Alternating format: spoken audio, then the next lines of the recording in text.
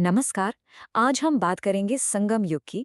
ये प्राचीन भारत के इतिहास का एक ऐसा अध्याय है जहां से एसएससी हो या यूपीएससी, हर परीक्षा में सवाल आते ही आते हैं।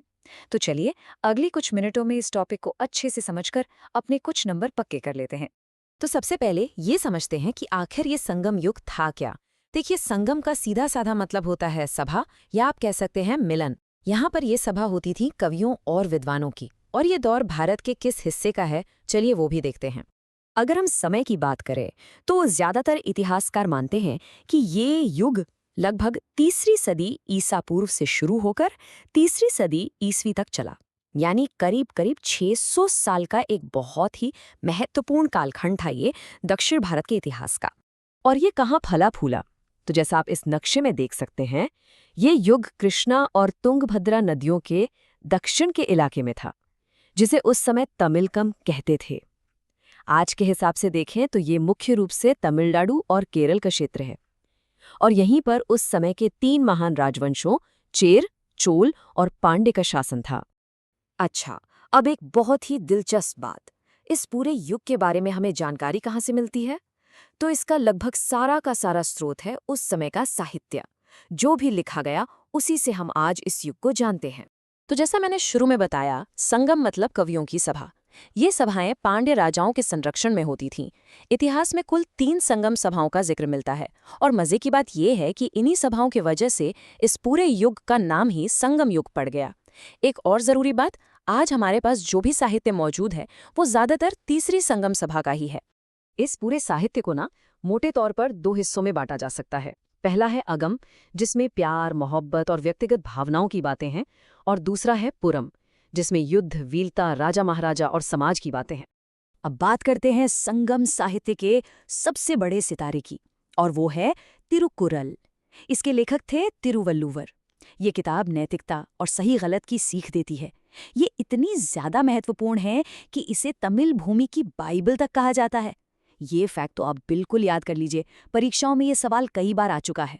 चलिए, अब साहित्य से आगे बढ़कर इस युग की राजनीतिक शक्तियों की बात करते हैं। मतलब वो कौन से राजवंश थे जो यहाँ राज कर रहे थे और जिन्होंने इस पूरे क्षेत्र को एक पहचान दी। अच्छा, ये स्लाइड आपके रिवीजन के लिए बहुत ही ज्यादा जरूरी है। इसे आप वेरी वेरी इंपॉर्टेंट मार्क कर सकते हैं। देखिए, एक ही टेबल में चेर, चोल और पांड्या राजवंशों से जुड़ी वो सारी जानकारी है जो परीक्षा में बार बार पूछी जाती है। उनकी राजधानियां, उनके बंदरगाह और उनके प्रतीक चिन्ह। इसका एक स्क्रीनशॉट तो बनता है। जब भी चोल राजवंश की बात होगी तो एक नाम आपको हमेशा याद रखना है, राजा करिकाल। बहुत ही महान शासक थे। उन्होंने वेण्णी के युद्ध में जीत हासिल की और सबसे बड़ा काम जो किया वो था कावेरी नदी पर कल्लनई बांध का निर्माण। सोचिए, उस जमाने में सिंचाई के लिए इतना बड़ा काम। ये सीधे सीधे परीक्षा में पूछा जाता है। पांड्य राजवंश का नाम सुनते ही 2 चीजें दिमाग में आनी चाहिए। एक, उनकी राजधानी मदुरै, और दूसरा, संगम सभाओं को दिया गया उनका संरक्षण। अगर ये न होते तो शायद हमें संगम युग के बारे में इतना कुछ पता ही नहीं होता। और हाँ, उनका कोरकेई बंदरगाह मोतियों के व्यापार के लिए दुनिया भर में मशहूर था। अब आते हैं चेर राजवंश पर, जो पश्चिमी तट यानी आज के केरल वाले इलाके में थे। इनका सबसे बड़ा योगदान था रोमन साम्राज्य के साथ व्यापार। इनके एक बहुत प्रसिद्ध राजा हुए सेनगुट्टू I, जिन्होंने पत्तिनी पूजा की शुरुआत की थी। आइए अब जरा अर्थव्यवस्था की बात करते हैं। आखिर इन राज्यों के पास पैसा कहाँ से आ रहा था? वो कौन सी चीज थी जो इन्हें इतना शक्तिशाली बना रही थी? ये सेक्शन परीक्षा के लिहाज से बहुत महत्वपूर्ण है, तो ध्यान से सुनिएगा। तो क्या लगता है आपको, इस दौर में अर्थव्यवस्था का सबसे बड़ा आधार क्या रहा होगा? क्या वो खेतीबाड़ी थी या फिर व्यापार? जरा सोचिए।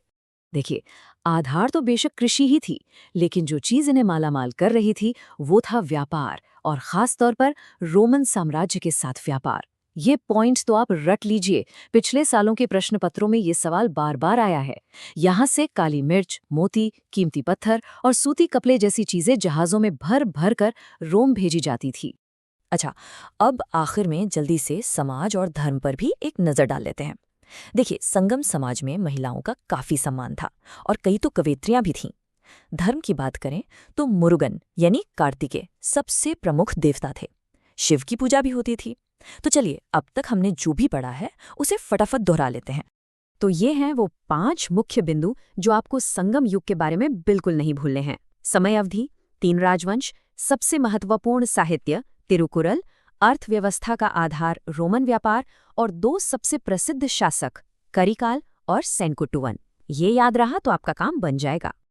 तो चलिए, अब आपकी बारी है। देखते हैं आपको कितना याद रहा। मैं आपसे कुछ सवाल पूछूंगी, बिल्कुल वैसे ही जैसे आपके एग्जाम में आते हैं। तैयार हैं? पहला सवाल है, संगम काल में चोल वंश का प्रतीक चिन्ह क्या था? याद कीजिए वो टेबल वाली स्लाइड, सोचिए। जी हाँ, सही जवाब है सी, बा। और ये रहा आज का आखिरी सवाल। तमिल भूमि का बाइबिल, ये उपाधि किस ग्रंथ को दी गई है? ये तो बहुत आसान है ना?